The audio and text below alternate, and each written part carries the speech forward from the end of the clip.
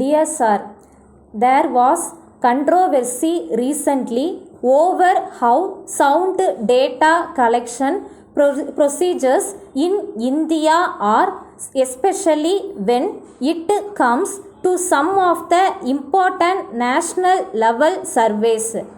An article member of the Economic Advisory Council to the Prime Minister, which was published in a leading national daily on July 7, 2023, cast doubts on the soundness of data collection procedures of some of the surveys such as the National Sample Survey, National Family Health Survey and Periodic Labor Force Survey. The writer proceeded to suggest a major sampling overhaul so that the survey estimates reflect the ground reality in the country.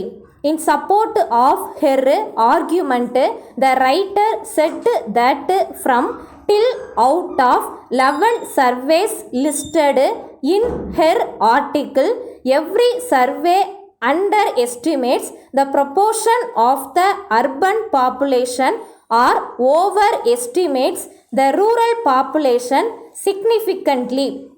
Consequently, the estimates from these surveys systematically underestimate the improvements across the country. The publication of this article led to articles countering her point of view.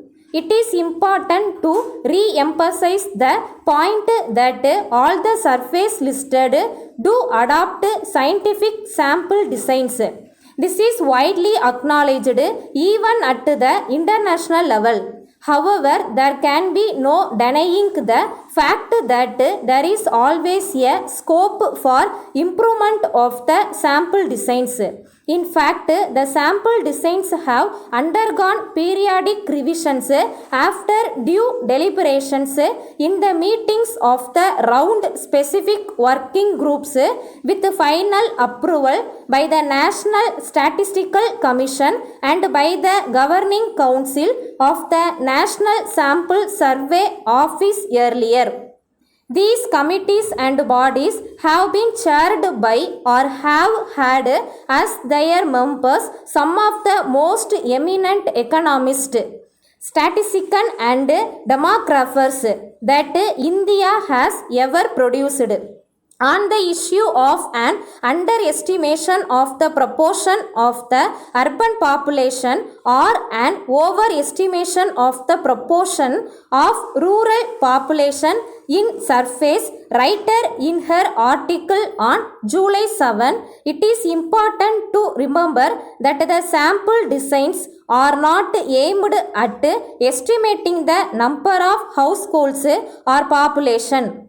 Instead, they are meant primarily to estimate the major socio-economic indicators that relate to the subject of interest. The estimates of the number of households or population or information. Data users appropriately adjust the survey-based estimates separately for the rural and urban areas by using projected population figures based on the census.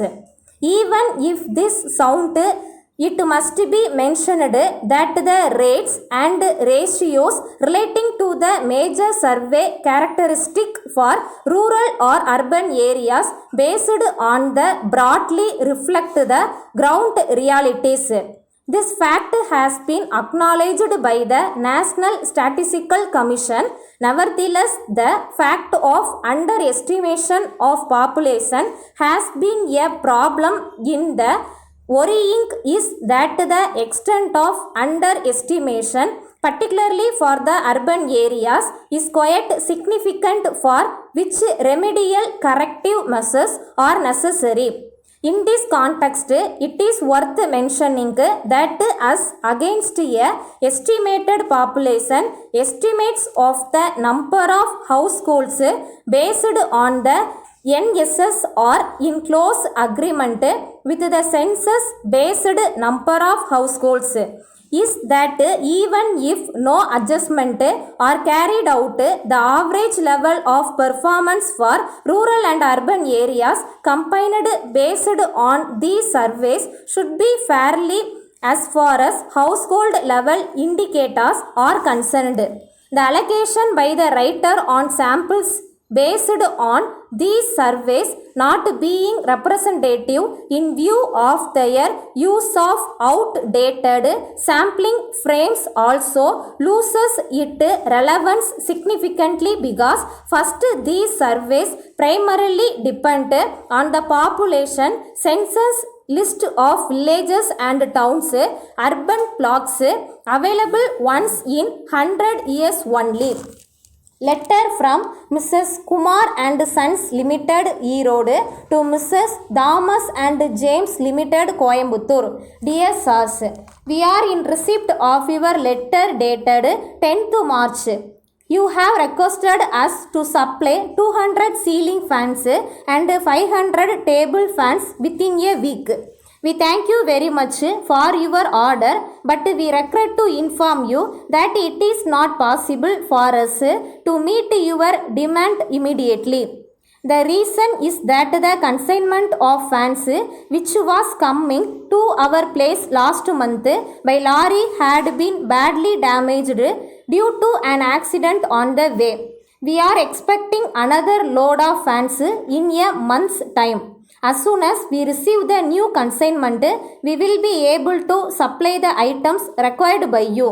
We shall be obliged if you can kindly wait for some more time. We are aware that non-delivery of goods at the stipulated time will cause much inconvenience not only to your concern but to the consumers also. So we leave it to you to decide in the matter. We would also like to remind you of the old bills that are pending to be settled by you. We request you to look into the matter and arrange to send the required amount in settlement of the old bills. We look forward to hear from you at an early date whether we can supply your requirement next month. Yours faithfully.